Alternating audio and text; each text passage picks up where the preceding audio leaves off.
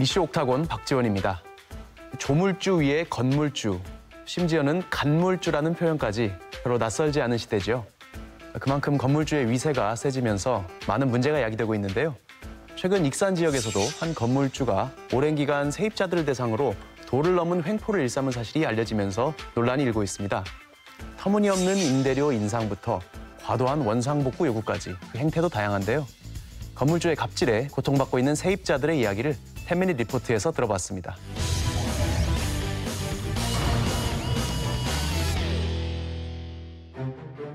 상가 임대차 계약 종료 시 말도 많고 탈도 많은 원상복구 문제. 건물주가 무리하게 원상복구를 요구하며 갑질을 한다는 세입자들과 건물주로서 요구할 것을 정당하게 요구했을 뿐이라는 건물주. 원상복구 문제를 둘러싼 건물주의 갑질 논란. 10미닛 리포트에서 취재했습니다.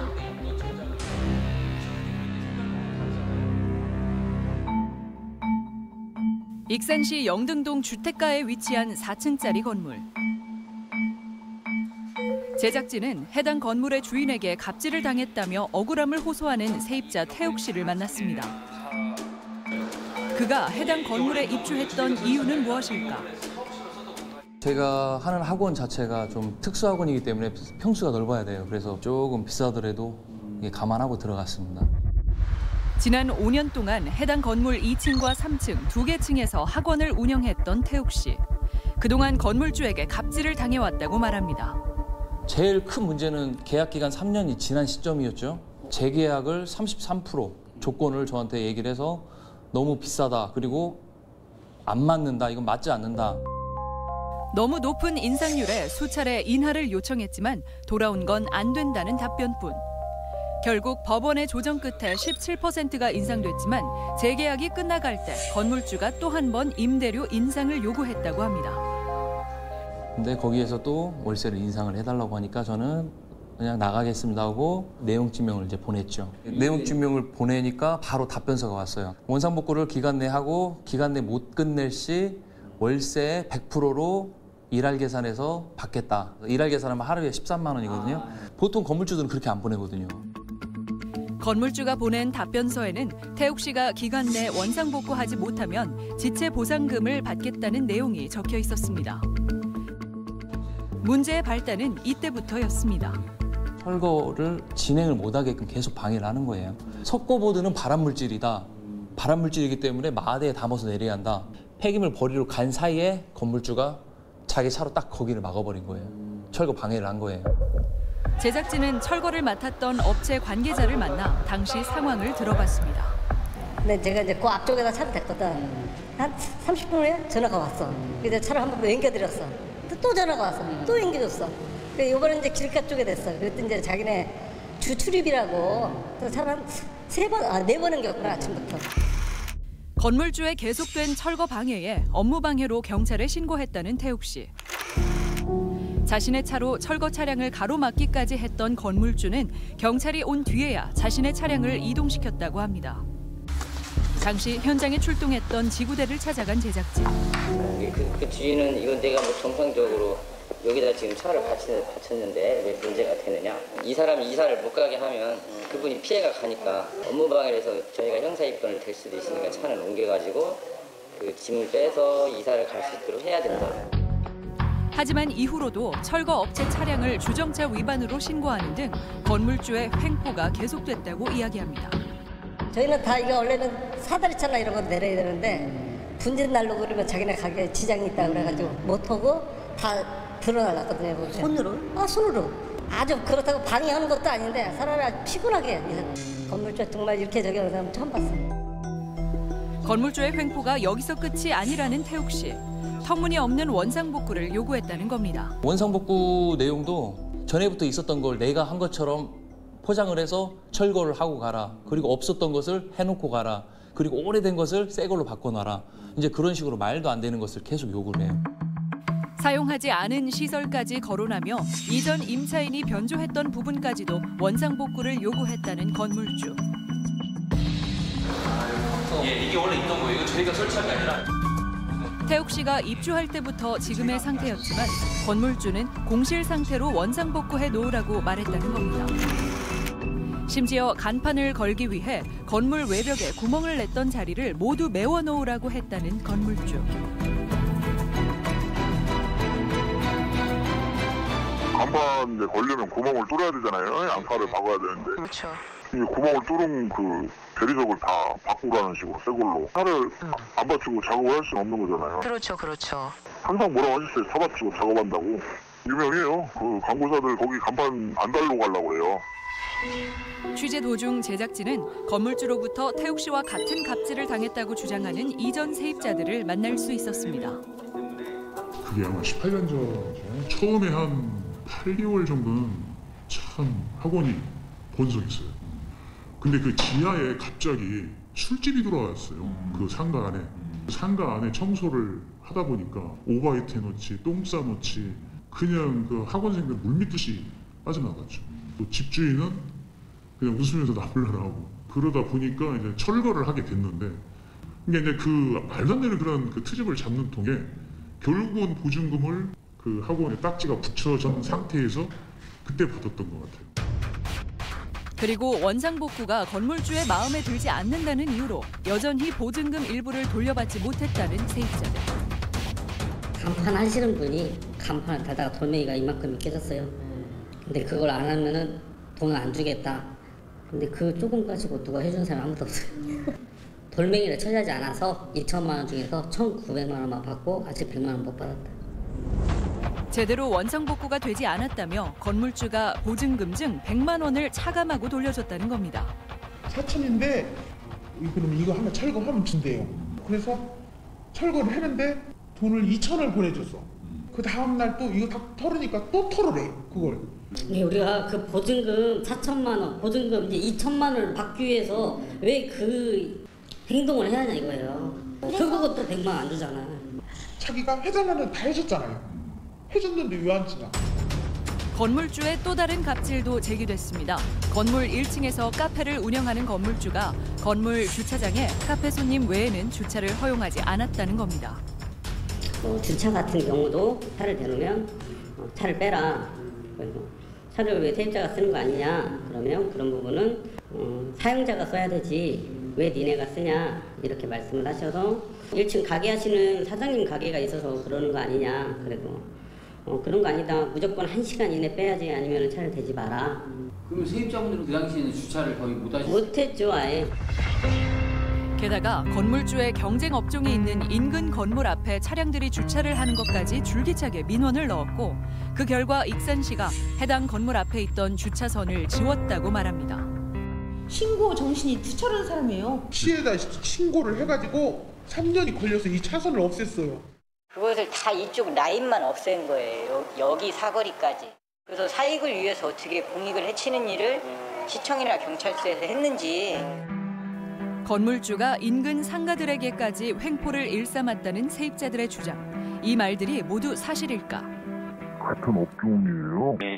그분이 이제 들어오고 나고 나서 뭐 예를 들어서 뭐 이제 회의글 하나 내놓으면은 이제 시청에 전화를 해가지고 와서 이제 받겠다가 내놓지 말아라. 근데 이제 그런 것을 갖다가 계속 태클을 걸더라 이거예요. 건물주의 민원에 시달렸다는 인근 상인과 만난 제작진. 오픈한 지 한 2, 3일 정도밖에 안 됐는데 화분 치워야 된다 뭐 이렇게 해서 굉장히 불편한 부분도 있었고 저희가 공사를 할 때도 이 앞에 편의점도 있고 여기 주변에 학원분들 마찰이 있었던 분들이 상당히 많이 있고 평소 자주 민원을 제기했다는 해당 건물주. 과연 사실일까? 국민신문고로는 지금 계속 올라오거든요. 매일 하루에 한 번씩. 그 건물 주인이 이제 이렇게 계속 찍어서 보냈어요. 국민신문고에 주차 문제를 비롯한 인근 상가들에 대한 민원 글을 매일같이 남긴다는 건물주. 대체 그는 왜 이런 행동을 하는 것일까? 제작진은 건물주를 만나기 위해 그의 카페로 가봤습니다. 혹시 사장님 혹시 오늘 안 나오셨어요? 건물주에게 전화를 걸어 정식 인터뷰를 요청한 제작진. 잠시 뒤 제작진과 만난 건물주는 세입자들의 주장이 사실과 다르다고 이야기합니다. 등도 발휘하고 소방시설 감지기로 딱 달아요. 원래 있던 그대로. 처음에는 등이 다 있었어요? 아, 있었죠. 소방시설도 있었어요? 그럼요. 또 철거를 하는 과정에서 바닥 타일이 상당수 훼손이 됐고 3층 천장을 비롯한 벽면, 인테리어 당시 타공한 흔적들을 원상복구해야 한다는 게 건물주의 주장. 그리고 세입자의 철거 과정을 방해한 것이 아니라 지나치게 많은 양의 먼지가 발생해 건물주로서 당연한 요구를 했다고 말합니다.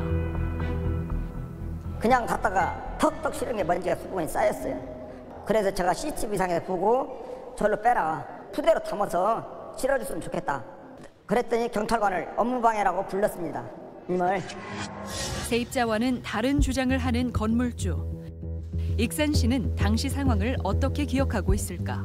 그 사람들도 나름대로 최대한 자기들이 할 수 있는 것은 조치를 취하고 있었기 때문에 그 조치를 취하고 있었기 때문에 그거에 대해 제도만 하고 해보시고 두 번째 나갔을 때 똑같은 내용으로 나갔을 때도 상황은 비슷한 걸로 알고 있을 때 임대차 계약 만료 후 원상복구 문제를 놓고 첨예하게 대립각을 세우는 세입자와 건물주.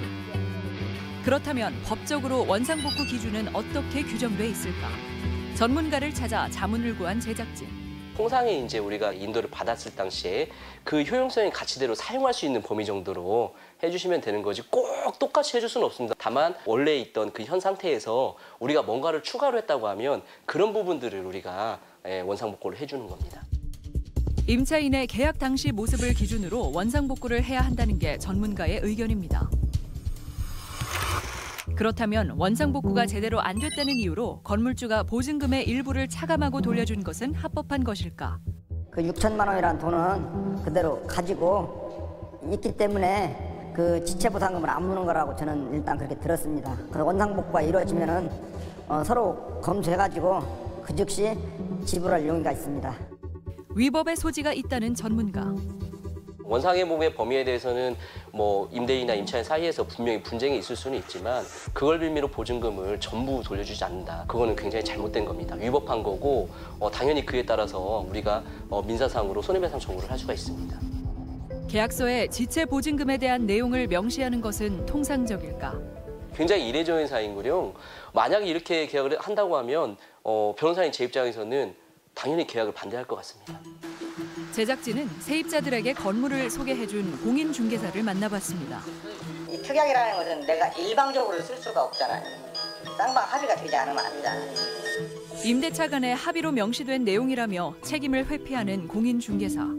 그렇다면 건물주가 세입자나 방문객들에게 주차를 허용하지 않았다는 것은 사실일까? 그런 적은 없고요. 2층, 3층, 그다음에 4층에 왔다면 그러시냐고 그렇게 했지. 건물의 용무를 보러 오신 분한테 뭐 나가시오 그런 적은 없습니다. 하지만 해당 건물을 이용했던 학부모의 이야기는 달랐습니다. 솔직히 부모님들이 아이를 데려다주고 데리러 가는 시간은 5분? 길어야 10분이에요. 제가 만약에 사장님 커피숍을 가면 그러면 나는 손님이니까 그건 가능하고 여기 세입자분들 학원을 다니면 그건 나는 손님이 아닌 거냐고. 사장님 그렇게 장사하시면 안 된다고. 그랬더니 아줌마가 무슨 상관이냐고. 여기는 당연히 식당이니까 제가 민원을 넣어도 되겠죠? 그랬어요. 그때 민원을 넣었어요. 그랬더니 아이가 내려오는 과정에서 저한테 쌍욕을 하시더라고요. 건물 앞 주차 공간에 대한 건물주의 주장은 합당한 것일까? 익산시 관계자를 만난 제작진. 그건 얘기할 수, 그분이 얘기하면 안 되는 그렇죠. 그러니까 건물주가 잘못된 최대한 교통의 흐름의 영향이 안 가는 범위 안에서 최소한 30까지는 가져요. 허물을 대고. 노란색 실선이 그려진 도로에서는 탄력적으로 30분까지 주차를 허용하고 있기 때문에 해당 건물 앞에 누구나 주차를 할 수 있다는 게 익산시 관계자의 말. 오랜 시간 건물주의 갑질에 시달렸다고 주장하는 세입자들. 그들은 계약 기간 내내 또 다른 횡포에 대한 두려움을 견뎌야 했다고 말합니다. 그러니까 저희같이 돈 없는 사람이 참고 사는 거예요. 왜냐면 건물주니까 해코지 당할까 봐. 뭐 임대를 확 올릴까 봐 아니면 나가라고 할까 봐 그냥 조용히 있는 거예요. 솔직히 법적으로는 원상복귀가 맞으니까 뭐 건물주 입장에서는 그냥 원상복귀 하세요. 법적으로 하세요. 그냥 뭐 이렇게만 얘기하니까 손해보는 건 이제 세입자들 다. 건물주의 상식 밖의 행동에도 속수무책 당할 수밖에 없다는 세입자들. 상생을 꿈꾸는 그들이 바라는 것은 무엇일까? 제가 시청에다는 얘기를 했어요. 이런 부당함이 있다. 이렇게 갑질을 한다. 근데 시에서는 뭐 해줄 수 있는 게 없다라고 얘기를 하시더라고요. 이제 원상복구의 범위가 너무 넓어요. 건물주가 해달라는 대로 다 해주고 나가야 할 수밖에 없는 세입자들이 너무 많은데 이런 것들을 정확히 계약서에 명시할 수 있는 그런 조례라든가 그런 행정적인 절차가 새로 생기길 좀 바라는 입장이고요.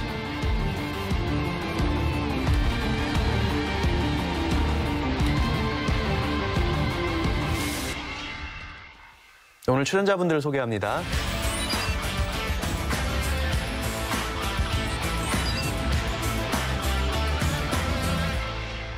변호사님, 영상을 보면 좀 임차인들 입장에선 진짜 분통이 터질 만한 일들이거든요. 근데 이제 세입자들이 당한 일이 한두 개가 아닌 것 같은데 문제되는 부분도 좀 짚어주시겠어요? 먼저 이제 사실관계를 살펴보면 여러 임차인들이 계셨었잖아요.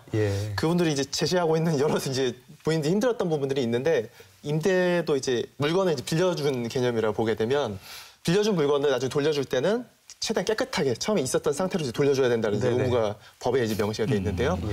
정확한 범위에 대해서는 사실 정함이 없어요.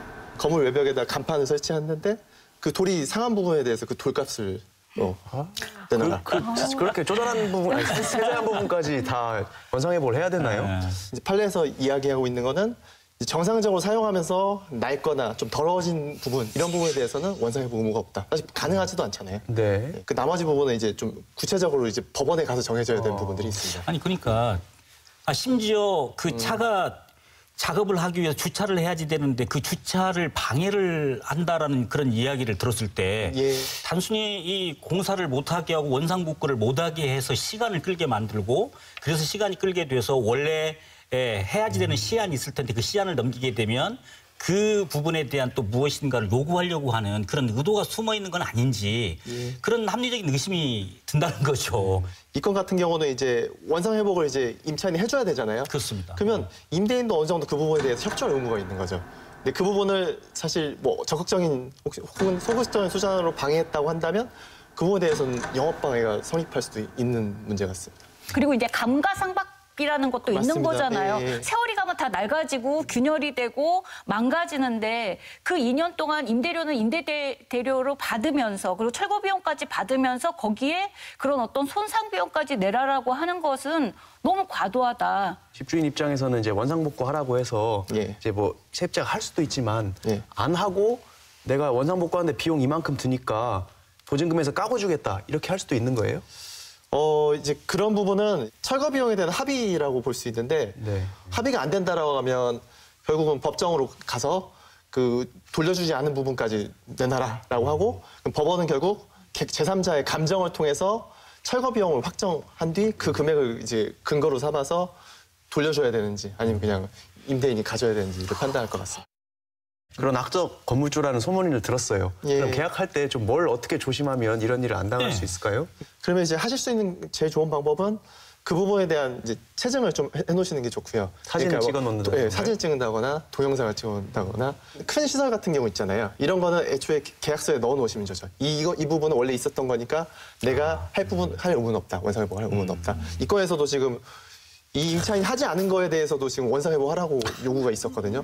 이런 부분 너무 임차인 입장에 억울할 수밖에 없죠. 그러니까요. 세입자가 계약할 때 막 까다롭게 이런 거 요구하고 저런 거 요구하고 막 체증하고 이러는 게 사실은 쉽지 않거든요. 네, 맞습니다. 인테리어 비용을 새로 들여서 영업을 하는데 그 영업이 잘 될지 안 될지도 모르고 근데 장사가 안 돼서 나가야 되는데 건물주는 권리금은커녕 시설 투자비나 인테리어를 전부 다 제 위치로 해놓고 가라고 하면서 일단 먹고 사는 문제에 되게 힘든 중소상인들 같은 경우에는 되게 보호받지 못하는 이런 박탈감이 들 것 같아요. 지금 뭐 여러 가지 얘기 나왔는데 아무튼 이런 악덕 건물주를 피하기 위해서 뭐 예를 들면 계약할 때 뭐 신경 써야 될 것 가령 뭐 보증금이나 뭐 권리금이나 관리비 뭐 임대료 아니면 원상회복 이런 것도 신경 써야 될 체크리스트 같은 게 있을까요? 법률은 이제 기본적으로 예측 가능성의 문제이기 때문에 사전에 최대한 많은 사실관계를 확인하시는 게 중요하고요. 그러니까 가령 이제 이 건물에 들어가서 이제 내가 어떤 그 영업을 하겠다라고 하면 주변에 좀 이렇게 물어보시고 이 건에서 좀 아쉬운 게 그 공인중개사분의 역할인데요. 이분은 아마 이런 건물주의 성향에 대해서 좀 아셨을 것이라고 저는 추정하거든요. 물론 모르셨을 수도 있겠죠. 네. 중개인분이 조금만 더 신경 써서 살펴주셨다라고 하면 네. 이런 분쟁을 좀 임차인 입장에서 좀 막을 수 있었겠죠. 그럼 중개인이 돈을 못 벌잖아요. 중개인이 돈 못 벌지만 그래도 본인 양식권 유지를 해야지 않을까요? 그렇군요. 제가 하나만 좀 더 여쭤보겠습니다. 방금 뭐 악덕이라고 이야기를 했지만 내가 그렇다고 판단이 됐었을 때 내가 건물을 갖다가 안 나가고 다시 합의를 통해서 내가 그 마지막에 보증금을 돌려주겠다고 약속을 받고 그때 나갈 수 있는 방법은 안 되는 건가요? 동시이행 항변권이라고 해서 그 이제 임대차 계획 종료 이후에 임대인은 보증금을 돌려줘야 되고요. 임차인은 그 건물을 돌려줘야 되는 경우가 서로 상호하게 있기 때문에 이거를 일방이 이행하지 않으면 다른 일방도 이행하지 않아도 정당합니다. 그러니까요. 말씀하신 권리가 이미 있습니다. 근데 이제 아까 교수님 말씀하신 대로 그렇게 되면 이제 신경이 이쪽으로 가야 되는데 그러면 자기 생업은 또 집중을 못 하기 때문에 너무 화가 나니까. 그러죠. 네, 지금 계약 체결할 때 주의할 점 알려주셨고 계약을 이렇게 갱신하거나 재계약할 때 있잖아요. 그럴 때 조금 뭐 주의해야 될 점이 있을까요? 이제 계약을 갱신해야 될 때 그 임대인의 요구에 무조건 응할 의무는 없습니다. 상가건물 임대차 보호법에 보호를 받는 현상보증 3원7점 이하의 그 임대차 계약에 대해서는 5% 이내의 비율로 증가액을 이제 제한하고 있기 때문에 그런 부분을 좀 아시고 그 계약 체결할 때 유의하시면 될 것 같습니다. 만약에 임대인이 5% 이상 넘게 안 올려주면은 당신이랑 재계약 안 하겠다 이렇게 하면 어떻게 되나요? 그러면 그냥 그 계약을 유지한 채로 영업을 하시면 됩니다. 그러면 이제 임대인이 소송을 걸어오면 그 소송에서 대응하셔서 승소하시면 됩니다. 네, 오늘 아무튼 그 익산 지역의 피해자 세입자분들 잘 피해 구제 받으시길 바라겠고요.